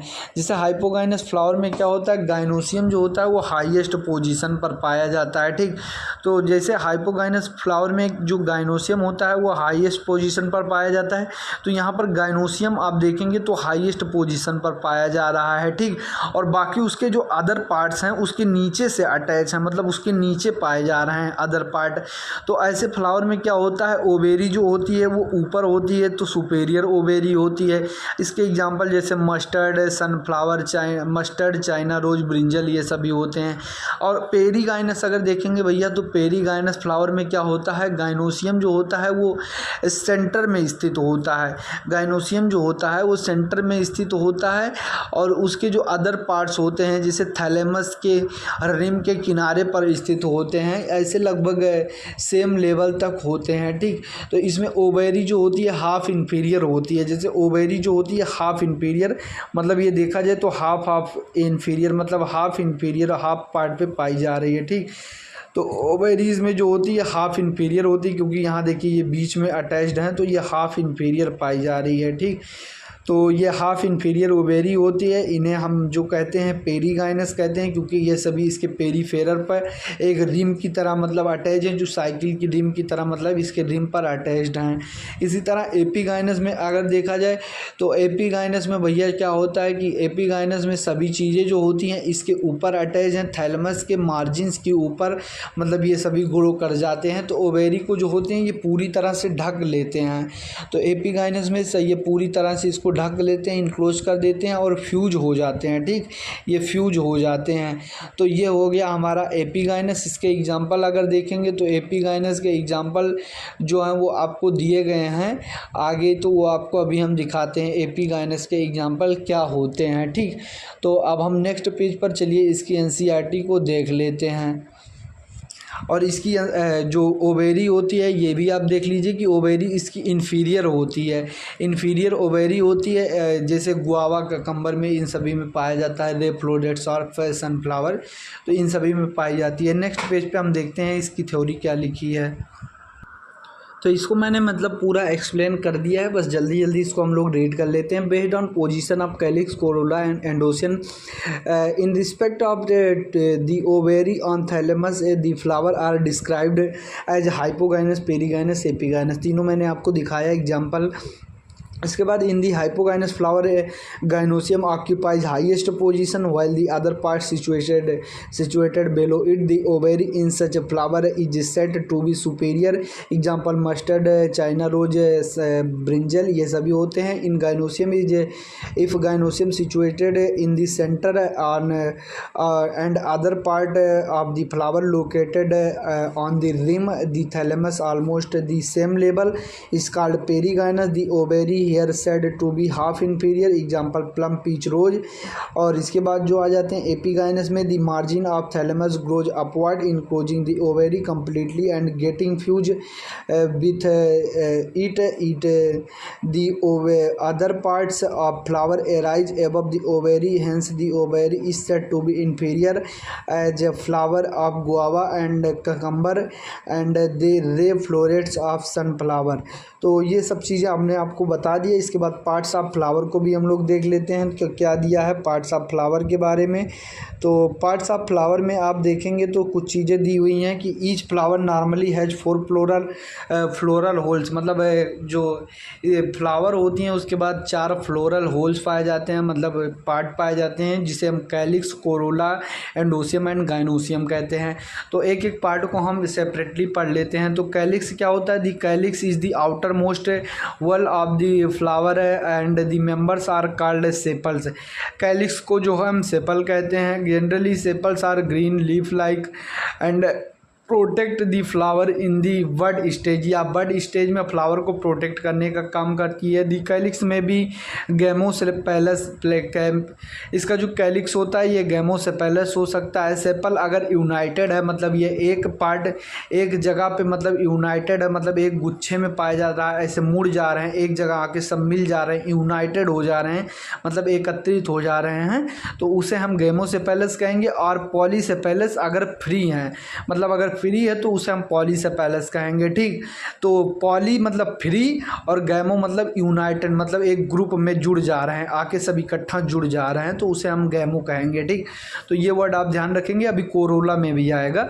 तो कोरोला इस कंपोज ऑफ पेटल। कोरोला जो होता है भैया पेटल से मिलकर बना होता है। Petal are usually brightly coloured to attract insect for pollination. ये ब्राइटली कलर्ड होता है, यह जो होता है इंसेक्ट को अट्रैक्ट करने के लिए होता है। लाइक कैलिक्स, कोरोला में also the gamopetalous petal United. देखो गैमोपेटलस मतलब पेटल जो है यूनाइटेड है, एंड पॉलीपेटलस मतलब पेटल जो हैं वो फ्री हैं। The shape and colour of corolla vary greatly in plants. Corolla में भी tubular, bell shaped, funnel shaped और व्हील शेप्ड। कोरोला जो होता है ये ट्यूबुलर शेप्ड का भी हो सकता है, फनल शेप्ड भी हो सकता है और व्हील शेप भी हो सकता है। इसके बाद हम आ जाते हैं इसके एस्टिवेशन के बारे में। तो भैया एस्टिवेशन जो होता है the mode of arrangement of sepal और petal in the floral bud with respect to the other members of the same well is known as aestivation. तो इसे हम एस्टिवेशन कहते हैं। The main type of aestivation valvate, twisted, imbricate and vexillary, ये सभी 4 प्रकार के जो है ये पाए जाते हैं। ठीक, तो इसके बारे में हम देखेंगे। तो इसके बारे में इसका जो डायग्राम दिया गया है, एक फ्लावर का डायग्राम दिया गया है। तो फ्लावर के डायग्राम में क्या क्या चीज़ें दी गई होंगी ये आप देखिएगा। तो फ्लावर के बारे में दिया गया है भैया, ये इसका एंड्रोसियम हो गया, ये इसका गाइनोसियम हो गया, ये कोरोला हो गया, ये कैलिक्स हो गया। ठीक, और ये पेडिसेल हो गया। ये कैलिक्स को अलग दिखाया गया है, ये कोरोला हो गया, ये एंड्रोसियम, ये गाइनोसियम, ये सभी पार्ट जो हैं इसके दिए गए हैं। तो ये आप थोड़ा ध्यान रखेंगे। तो अब इसमें हम देख लेते हैं कि इसके एस्टिवेशन के बारे में क्या क्या चीज़ें दी गई हैं। ठीक, तो एस्टिवेशन में सबसे पहले हम अगर देखेंगे तो वाल्वेट के बारे में देखेंगे क्या है। तो valvate and maxillary when sepals or petals in a wall just touch when on another at a margin without overlapping as in calotropis। जैसे कि आप देखेंगे when मतलब ये सभी तो मतलब जो होती हैं ये एक दूसरे को टच करने वाली मतलब जस्ट टच करने वाली होती हैं लेकिन टच नहीं करती हैं, ओवरलैप नहीं करती हैं। तो ये चीज़ आपको कैलोट्रॉपिस में देखने को मिलती है जिसे हम वाल्वेट कहते हैं। ये देखिए जस्ट टच करने वाली हैं लेकिन टच नहीं की हैं, और ये विदाउट ओवरलैपिंग के हैं मतलब ये ओवरलैप नहीं कर रही हैं। ठीक भैया, मेरा हाथ बहुत काला इसमें आ रहा है, तो मेरा हाथ इतना भी काला नहीं है जिसमें इतना दिख रहा है, क्योंकि इसकी फ्लैश लाइट पड़ रही है और इसमें पेज जो है बैकग्राउंड पे पूरा वाइट वाइट है तो दिख रहा है। नहीं तो सब कमेंट करो कि मेरा हाथ देखो कितना काला है। ये देखो पेन से पूरा हाईलाइट करते समय ये देखो लाल लाल सब पेन वेन चले हुए हैं। तो ये चीज़ें आप देख सकते हैं। मेरे हाथ से कोई मतलब नहीं, आपको पढ़ने से मतलब है। ठीक, तो वाल्वेट में देखो ये टच नहीं करती हैं ना ओवरलैप करती हैं। और if one margin of the appendage is overlap that the next one and so on in China rose, lady finger and cotton, it is called twisted. भैया जैसे एक के ऊपर एक के ऊपर ये एक के बाद एक के बाद ऐसे ये ओवरलैप करती जाती हैं, तो इसे ये एक ट्विस्टेड मैनर में पाई जा रही हैं, तो इसे हम ट्विस्टेड कहते हैं, जो कि आपका पाया जाता है इन सभी में। China rose, lady finger, cotton में पाया जाता है। It is called any party. देखो, if margin of sepal and petal overlap one and other but not particular direction in the cassia and gulmohar. भैया ये ओवरलैप भी कर रही हैं, टच भी कर रही हैं, लेकिन एक पर्टिकुलर डायरेक्शन में नहीं है, इरेगुलरली ऐसे ओवरलैप कर रही हैं, तो इसे हम इम्ब्रिकेट कहते हैं। जिसके एग्जाम्पल जो है ये आपको केसिया और गुलमोहर दिए गए हैं। इसके बाद हम आ जाते हैं बैक्जिलरी में। In pea and b bean flower the और 5 petals are large standard. Large को हम स्टैंडर्ड कहते हैं। ओवरलैप इन 2 लैटरल पेटल, जो कि 2 लैटरल पेटल को ओवरलैप करता है, जिसे हम विंग कहते हैं। Which in turn overlap 2 smallest anterior petal, जिसे कील कहते हैं। ये और जो इसका जो विंग्स होता है ये 2 एंटीरियर मतलब छोटे छोटे पेटल्स को ओवरलैप करता है, जिसे हम कील कहते हैं। This type of aestivation is known as vexillary और पैपिलेनेसियस एस्टिवेशन, इसे हम कहते हैं। ये डायग्राम हम आपको दिखा देते हैं। तो जैसे ये डायग्राम में दिया हुआ है कि मतलब यहाँ देखिए टच ना टच कर रहा है ना ओवरलैप कर रहा है, तो इसे हम वाल्वेट कहेंगे। इसका एग्जांपल कैलोट्रॉपिस हो गया। ये देखिए यहाँ पर एक ट्विस्टेड मैनर में ओवरलैप कर रहा है, तो ये हम कहेंगे ट्विस्टेड हो गया। China rose, lady finger and cotton में पाया जा रहा है।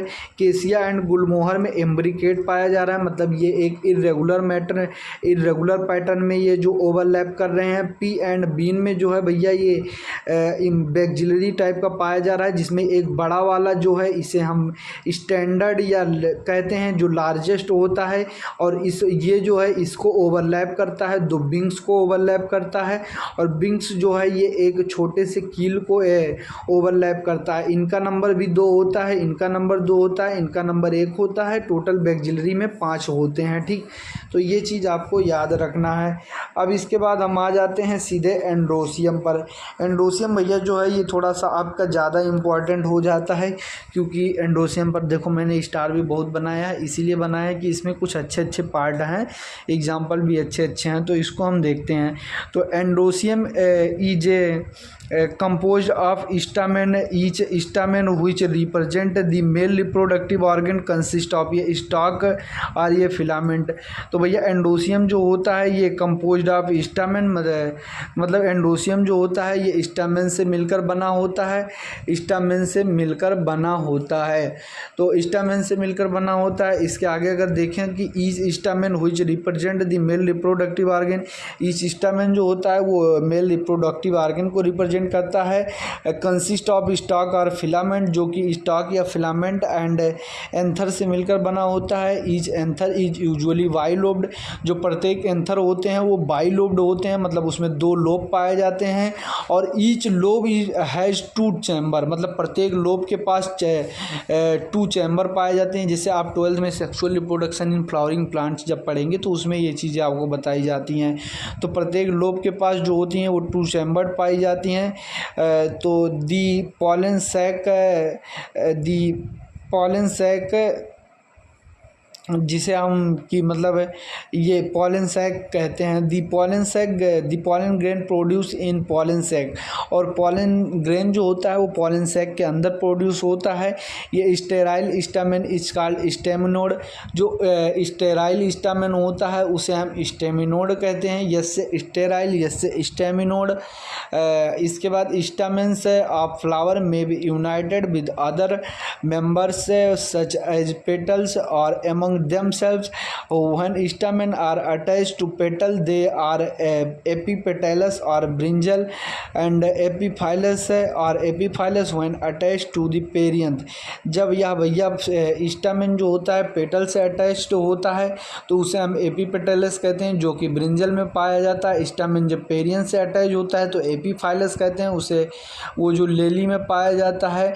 और इसके बाद जो होता है ये बैरिंग डिग्रीज ये सभी हो गया। तो ये मतलब कोई ख़ास नहीं। दीप स्टामेन इन ये फ्लावर में आइदर रिमेन फ्री, अगर ये फ्री पाया जाता है तो उसे हम पॉलीएंड्रस कहते हैं।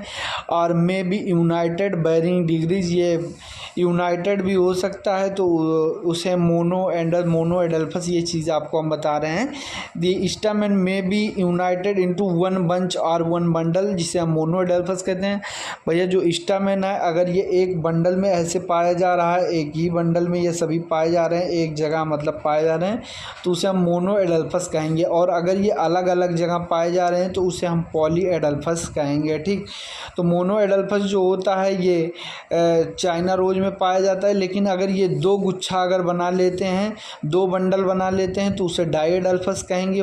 और ढेर मतलब अलग अलग मतलब पाए जा रहे हैं तो उसे हम पॉली एडल्फस कहेंगे। ठीक, उसके बाद अगर हम देखेंगे कि मोर देन जब 2 बंडल्स बना लें, ढेर सारे बंडल, यहाँ अलग अलग नहीं मतलब 2 मतलब 1 से अधिक बंडल बना लेंगे तो उसे हम पॉली एडल्फस कहते हैं। पॉली एडल्फस जो होता है सिट्रस में पाया जाता है। देयर में भी variation in length filament with in ये फ्लावर, जैसे साल्विया एंड मस्टर्ड के जो फिलामेंट होते हैं उनकी लेंथ में वेरिएशन पाई जाती है, वेरिएशन हो सकती हैं, अलग अलग हो सकते हैं। ये चीज़ आप याद रखेंगे। तो आगे हम देखते हैं कि क्या चीज़ें दी हुई हैं। तो इधर हम देख लेते हैं जैसे कि गाइनोसियम का मैंने यहाँ एक डायग्राम बनाया है। तो गाइनोसियम के भैया जो होते हैं 3 पार्ट होते हैं, स्टिग्मा, स्टाइल, ओवेरी। स्टिग्मा जो होता है ये ऊपर वाला पार्ट होता है जो कि पॉलन ग्रेन को रिसीव करने का काम करता है। ये एक लॉन्ग जो ट्यूब लाइक स्ट्रक्चर जो होता है इसे हम स्टाइल कहते हैं, जो कि ये स्टाइल जो होता है ये बीच में पाया जाता है। इसके बाद जो ये सोलन स्ट्रक्चर जो होता है फूला हुआ, इसे हम ओवेरी कहते हैं। ठीक, तो यहाँ पर कुछ चीज़ें आपको मिलेंगी। एपोकार्पस मतलब अलग अलग चीज़ें उसकी होती हैं तो फ्री होती हैं, तो उसे ये इसके एग्जांपल जो होते हैं एपोकार्पस के वो लोटस रोज होते हैं। सिनकार्पस के एग्जांपल जैसे फ्यूज मतलब एक साथ फ्यूज होती हैं तो मस्टर्ड और टमाटो में पाया जाता है। ओब्यूल जो होता है, ओब्यूल मेच्योर होकर सीड का फॉर्मेशन करता है, ओवेरी मेच्योर होकर फ्रूट का फॉर्मेशन करती है। अब जल्दी से हम इसको देख लेते हैं कि क्या चीज़ें इसमें लिखी हुई हैं। Gynoecium is the female reproductive part of the flower is made up of one or more of the carpel, मतलब यह एक से अधिक कार्पल से मिलकर बना होता है। ये carpel consist of 3 parts mainly stigma, style, ovary. तो मतलब ये एक कार्पल जो होता है ये 3 मेन पार्ट से बना होता है, stigma, style, ovary. Ovary is enlarge basal part on which elongated tube है। Style connects the ovary. Stigma is usually at the tip style and the respective surface of the pollen grain। तो ये चीज़ें मैंने आपको बता ही दिया। Each ovary bear one or more ovules attach to flattened cushion like placenta. जो each ovary होती है भैया वो उसमें एक से एक अधिक ओव्यूल होते हैं जो एक कुशन लाइक मतलब एक तकिए के जैसे प्लेसेंटा से अटैच होते हैं। ठीक, तो one more than one carpel is present they may be free मतलब जब एक या एक से अधिक कार्पल पाए जाते हैं तो ये फ्री हो सकते हैं, जैसे लोटस में होते हैं एपोकार्पस जिसे हम कहते हैं। ये चीज़ भी मैंने आपको बताया। तो जैसे हमने यहाँ पर एक डायग्राम बनाया है, ये एक कार्पल का डायग्राम है, गायनोसियम के कार्पल का डायग्राम जो है इसमें स्टिग्मा स्टाइल ओवेरी पाया जाता है। ओवेरी जो होता है हमारा बेसल पार्ट नीचे की तरफ होता है, स्टिग्मा जो होता है ये अपर पार्ट होता है, ऊपर की तरफ पाया जाता है, जो कि पॉलन ग्रेन को रिसीव करने का कार्य करता है। और ये ट्यूब लाइक स्ट्रक्चर जो है इसे हम स्टाइल कहते हैं। ठीक, तो कुछ टर्म जो है एपोकार्पस जो होता है वो फ्री होते हैं, उसमें अलग अलग सब होते हैं, जो कि लोटस रोज में पाया जाता है, लोटस रोज मिचेलिया इन सभी में पाया जाता है। सिन कार्पस टर्म जो यूज़ किया जाता है उसमें जो होते हैं सभी ये कार्पल जो होते हैं फ्यूज होते हैं, जो कि मस्टर्ड एंड टमाटो में पाया जाता है। ओव्यूल जो होता है मेच्योर होकर सीड बनाता है, ओवेरी जो होता है फ्रूट बनाता है।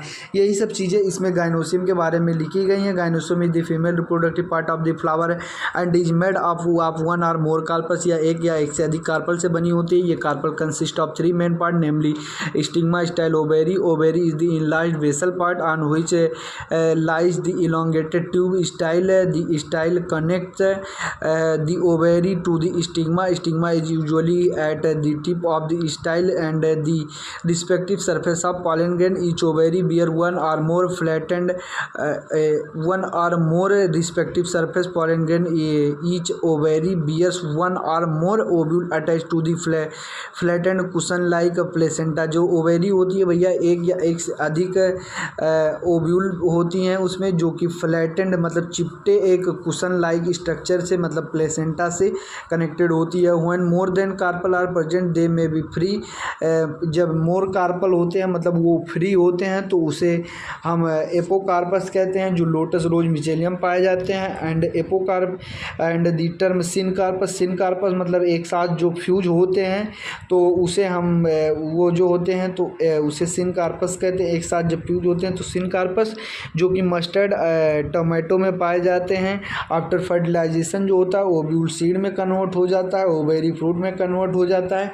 इसके बाद जो प्लेसेंटेशन के बारे में हम देखते हैं तो प्लेसेंटेशन के बारे में हमने कुछ लिखा है कि अरेंजमेंट ऑफ ओव्यूल से within ovary known as placentation. Placentation जो होता है वो कई टाइप का होता है, marginal, axile, parietal, basal, central and free central. तो भैया मार्जिनल जो होता है ये मटर में पी में पाया जाता है, ये कि वेंट्रल साइड पर इसके कनेक्टेड होती हैं। इसके ओव्यूल जो होते हैं ये एक कॉमन ये एक एक्सिस पर पाया जा रहा है। ठीक, तो एक ये रिज हो गई, रिज मतलब एक एक्सिस हो गई जिसके दोनों तरफ पाई जाती है मतलब बहुत साइड। और इसके बाद जो देखा जाए ये चाइना रोज मतलब चाइना रोज टोमेटो लेमन में एक्जाइल प्लेसेंटेशन पाया जाता है। एक्जाइल प्लेसेंटेशन पाया जाता है जिसमें मल्टी लोक्यूलर ओवेरी होती है मतलब ढेर सारे लोक्यूल पाए जाते हैं। इसी के बाद ये पेराइटल का डायग्राम हो गया। पेराइटल मतलब पेरीफेरी पर, ये मस्टर्ड एंड आर्जिमोन में पाया जा रहा है। और ये फ्री सेंट्रल मतलब सेंटर पर पाया जा रहा है, तो free central dianthus and primrose में हो गया। एंड बेसल जो हो गया सनफ्लावर एंड मेरी गोल्ड में पाया जाता है। तो यही सब चीज़ें हमने आपको अभी पढ़ के बताया, तो इसको हम NCERT आप जल्दी से ऐसे पढ़ लीजिएगा। The arrangement of ovule within the ovary is known as placentation. The placentation is different type namely marginal, axile, ये सभी चीज़ें हमने पढ़ दिया था। इसके बाद देखते हैं placentation. The placenta form ridge along the ventral structure। the ovary and the ovules are born on the ridge forming 2 row मतलब 2 रो बनाती है as in P। when ये placenta exile and the ovules attached to the multilocular ovary, the placentation is said to be exile as in China rose, tomato, lemon। in parietal placenta ovule develops into inner wall of the ovary or peripheral part। ovary is one chambered but becomes two chambered due to formation of fall septum. भैया ovary जो होती है वो 1 chambered होती है, लेकिन ये फाल septum की वजह से 2 चैम्बर्ड हो जाती है, जैसे मस्टर्ड एंड आर्जीमोन में। इसके बाद when the ovules are borne on central axis and septa absent, जब भैया ये जब ये septa are absent as in dianthus and primrose. Dianthus and primrose में देखेंगे तो सेप्टा जो होता है एब्सेंट होता है, तो ये मतलब सेंटर पर पाया जाता है, सेंट्रल एक्सिस पर, तो इसे फ्री सेंट्रल कहते हैं। Placentation called free central and the basal placentation जो होता है, placenta develops at the base of ovary and single ovule is attach to the as in sunflower and marigold. इसके बाद हम देख लेते हैं फ्रूट को। फ्रूट में कुछ खास चीज़ें नहीं है। The fruit is a characteristic of feature, लेकिन इससे क्वेश्चन प्रीवियस ईयर में पूछे गए हैं, तो इसको आप थोड़ा ध्यान से देखिएगा। तो fruit is a characteristic feature of the flowering plant is a mature और ripened ovary develop after fertilisation. भैया जो फ्रूट जो होता है ये ओवेरी के द्वारा बनता है, मेच्योर ओवेरी के द्वारा बनता है, तो ये चीज़ हमने आपको बताया। अगर फ्रूट विदाउट फर्टिलाइजेशन के बन रहा है तो उसे हम पार्थेनोकार्पिक फ्रूट कहते हैं, तो ये चीज़ आप ध्यान रखें। Generally the fruit consist of wall of pericarp, जो जनरली फ्रूट जो होता है उसमें पेरिकार्प का वाल पाया जाता है एंड सीड पाया जाता है। पेरिकार्प में भी ड्राई और फ्लेसी, पेरिकार्प जो होता है वो ड्राई और फ्लेसी हो सकता है। When pericarp thick and fleshy it is differentiated into outer pericarp the middle mesocarp and inner endocarp. भैया पेरिकार्प जो होता है उसके जो 3 पार्ट होते हैं, जब ये थिक होता है तो इसके 3 पार्ट जो होते हैं, आउटर को हम एपिकार्प कहते हैं एंड मिडिल को हम मीजोकार्प कहते हैं एंड अंदर वाले को हम इंडोकार्प कहते हैं। In the mango and coconut the fruit is known as drupe. Mango और कोकोनट में इसे हम ड्रूप फ्रूट कहते हैं, इसे हम ड्रूप फ्रूट के नाम से जानते हैं। The develop from the monocarpellary superior ovary, ये मोनोकार्पेली सुपेरियर ओवेरी से डेवलप होते हैं एंड आर 1 सीडेड, मतलब ये 1 सीडेड होते हैं, मतलब एक ही बीज पाई जाती है। Mango the pericarp is well differentiated. In mango अगर पेरिकार्प देखा जाए तो वेल डिफ्रेंशिएटेड होता है into an outer thin epicarp. ये मिडिल फ्लेसी एडिबल मीजोकार्प, जो भैया मिडिल वाला मीजोकार्प जो होता है वो एडिबल होता है, तो एडिबल पार्ट जो होता है, ये चीज़ आपका पूछा गया है पीवाईक्यू में, शायद 2022 का क्वेश्चन था या 21 का क्वेश्चन था। एडिबल पार्ट ऑफ मैंगो जो होता है वो मीजोकार्प होता है एंड इनर जो होता है भैया, इनर जो होता है हार्ड इंडोकार्प जो होता है, हार्ड स्टोनी इंडोकार्प, मतलब पत्थर के जैसा हार्ड होता है, तो उसे इंडोकार्प कहते हैं। इन कोकोनट हुई चीज़ आल्सो एज ये दी मीजोकार्प इज फाइब्रस। कोकोनट में जो मीजोकार्प होता है वो फाइब्रस होता है, ठीक। तो ये चीज़ आप ध्यान रखेंगे, जो एक अच्छे यहाँ से क्वेश्चन बनने के चांसेज हैं। तो देख लेते हैं इसके डायग्राम को हम। तो डायग्राम इसके दिए गए हैं, जैसे ये इसका एपिकार्प हो गया, ये मीजोकार्प हो गया, ये सीड हो गया, ये इंडोकार्प हो गया। तो ये मैंगो और कोकोनट के डायग्राम दिए गए हैं। तो अब यहाँ पे कुछ पॉइंट्स मैंने लिखा है। मोनोकाट जो होते हैं, मोनोकाट जो होते हैं उनमें एक कॉटिलीडॉन्स पाई जाती है, जिसे व्हीट एंड मेज में, और जिसमें 2 कॉटिलीडॉन पाई जाती हैं उसे हम डाइकॉट कहते हैं। ग्राम एंड पी आते हैं उसके अंतर्गत। दी सीड जो होता है, सीड के बारे में पढ़ते हैं। Seed ovule after fertilisation convert into seed, मतलब डेवलप इनटू सीड। ये seed is made up of seed coat and embryo and embryo. Seed जो होता है ये एक सीड कोट और एम्ब्रियो से मिलकर बना होता है। The embryo is made up of radicle and embryo axis, embryonal axis 1 as in wheat maize and 2 cotyledons as in gram and pea. ये चीज़ें हमने आपको बता दिया यहाँ पे लिख के, ठीक। तो इसके बाद स्ट्रक्चर ऑफ डाइकॉटिलीडॉनस सीड को हम भी देख लेते हैं, ठीक। तो इसमें दिया गया है कि the outer most covering of ये सीड इज सीड कोस्ट। भैया जो सीड का जो आउटर मोस्ट कवरिंग होता है उसे हम सीड कोट कहते हैं। The seed coat has 2 layer. Seed coat के पास जो होता है ये दो कवरिंग होती हैं, 2 लेयर होते हैं। जैसे आउटर लेयर को हम टेस्टा कहते हैं और इनर लेयर को हम टेगमेन कहते हैं। ये चीज़ इंपॉर्टेंट है, आप ध्यान रखें। दी हाइलम इज ए स्कार, जो हाइलम होता है इसमें पाया जाता है, जो कि एक स्कार होता है ये जो होता है ऑन दी सीड कोड पर मतलब पाया जाता है, through which developing seed were attract to the attach to the fruit, जिसके थ्रू जो होता है मतलब जो डेवलपिंग सीड जो होता है वो फ्रूट से होता है अटैच, तो ये पाया जाता है। ठीक, तो इस पे ये धब्बा जो होता है, स्कार जो होता है पाया जाता है, जिसके थ्रू जो होता है ये सीड फ्रूट से जुड़ा होता है। अब प्रत्येक सीड में जो होता है हाइलम के ऊपर जो होता है एक छिद्र होता है जिसे हम माइक्रोपाइल कहते हैं। Within the micropyle seed within the seed coat is the embryonal embryo consisting of an embryonal axis and 2 cotyledons. तो इसमें अगर आप देखेंगे तो सीड कोड के अंदर एम्ब्रियो होता है जिसमें एम्ब्रियोनल एक्सिस तथा 2 कॉटिलिडॉन्स होते हैं। ठीक, तो कॉटिलिडॉन्स जो होते हैं वो गूदेदार जैसे फ्लेसी होते हैं, इनमें फूड मटेरियल रिजर्व रहता है और embryonal axis are present in the radicle the plumule. तो इसके पास जो होते हैं ये एम्ब्रियोनल एक्सिस जो होते हैं ये नीचे वाले नुकीली भाग को हम रेडिकल कहते हैं, जो नीचे वाला पार्ट नुकीला होता है उसे हम रेडिकल कहते हैं तथा ऊपरी वाला भाग जो होता है उसे हम प्लूम्यूल कहते हैं। ठीक, तो इसके बाद एंडोस्पर्म जो होता है वो भोजन को स्टोर करने वाला एक टिश्यू होता है, तो इसके बारे में हम देख लेते हैं। डबल फर्टिलाइजेशन के स्वरूप में जो बनता है तो एंडोस्पर्म, इसके बाद देखते हैं in some seeds such as castor, जैसे केस्टर में endosperm formed as result of double fertilisation के थ्रू एंडोस्पर्म बनता है। इज ये फूड स्टोरिंग टिश्यू, जो कि एक फूड स्टोरिंग टिश्यू होता है। एंड कॉल्ड इंडोस्पर्मिक सीड, जिसमें यह पाया जाता है तो इसे इंडोस्पर्मिक सीड कहते हैं। In the plant such as bean gram and pea endosperm is not present mature seed, भैया इंडोस्पर्म नहीं प्रेजेंट होता है तो उसे हम नॉन इंडोस्पर्मस सीड कहते हैं। तो ये चीज़ आप ध्यान रखें। तो ये हाइलम हो गया जो धब्बा बना हुआ है स्कार, ये माइक्रोपाइल हो गया, ये सीड कोट हो गया, ये दोनों कॉटिलिडॉन हो गए, ये प्लूम्यूल हो गया, ये रेडिकल हो गया। तो ये चीज़ आप याद रखेंगे। ये डाइकोटिलिडोनस सीड का स्ट्रक्चर है, ये चीज़ आप भी ध्यान रखेंगे, नहीं तो मोनोकोटिलिडोन लगा दें। तो अब स्ट्रक्चर आप मोनोकोटिलिडोनस सीड देखते हैं, इसके बाद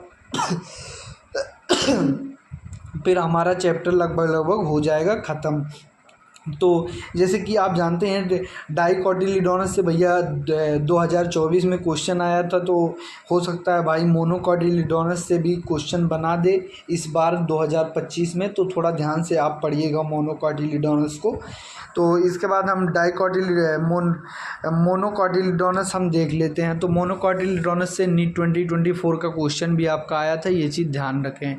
और इसके बाद जो डाइकॉट से अब की बार बनने का चांस रहेगा, हो सकता है अगर यहाँ से बनाए तो इससे बना सकता है। तो स्ट्रक्चर ऑफ मोनोकोटिलिडोनस सीड जो होता है, जनरली मोनोकोटिलिडोनस सीड आर एंडोस्पर्मिक, इसके सीड जो होते हैं एंडोस्पर्मिक होते हैं, बट सम एज ऑर्किड्स और नॉन एंडोस्पर्मिक, मतलब जो ऑर्किड जो होते हैं, ऑर्किड में जो होता है ये नॉन एंडोस्पर्मिक सीड पाया जाता है, ये इसका एक्सेप्शन है, ये याद रखेंगे। ये पहला स्टेटमेंट जो है बहुत ही इम्पॉर्टेंट दिया गया है।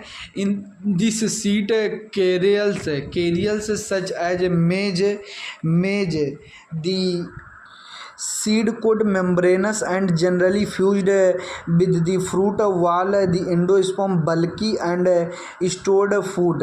तो अगर आप सामान्यतः देखेंगे जैसे कि मोनोकाट जो होते हैं ये एंडोस्पर्मिक सीड हो जाते हैं और कुछ में नॉन एंडोस्पर्मिक होते हैं, जैसे ऑर्किड हो गया। इसके बाद जो केरिल्स के सीड में जो सीड कोट होता है वो मेम्ब्रेनस होता है, लेकिन और इसका जो फ्रूट वाल जो होता है, फ्रूट का जो वाल होता है वो फ्यूज्ड होता है, जनरली फ्यूज्ड होता है। और अगर आप देखेंगे तो इसका एंडोस्पर्म जो होता है वो बल्की होता है तथा फूड स्टोर करने का काम करता है। इसी में अगर देखेंगे तो एंडोस्पर्म की जो बाहरी लेयर होती है वो एक प्रोटीन लेयर द्वारा अलग होती है, मतलब वो सेपरेटेड होती है, जिसे हम एल्यूरोन लेयर कहते हैं। इसी तरह से embryo is small and situated in a groove one end of the endosperm, it is consist of one large and shield shaped cotyledon known as scutellum. तो भैया एम्ब्रियो में एक बड़ा सील्ड शेप्ड कॉटिलीडॉन होता है जिसे हम स्क्यूटेलम कहते हैं। एम्ब्रियो में एक शॉर्ट एक्सिस होता है जिसे हम प्लूम्यूल या रेडिकल कहते हैं।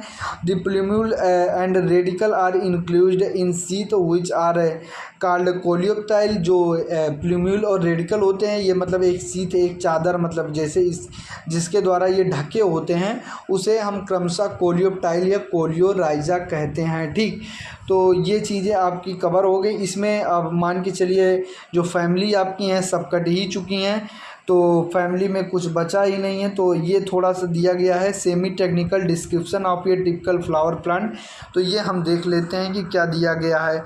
तो ये दिया गया है भैया, the various morphological features are use describe a flowering plant. The description has to be brief in a simple and scientific language and presented in a proper sequence. The plant described beginning with a habitat vegetative character, root, stem, leaves and then floral character, inflorescence and flower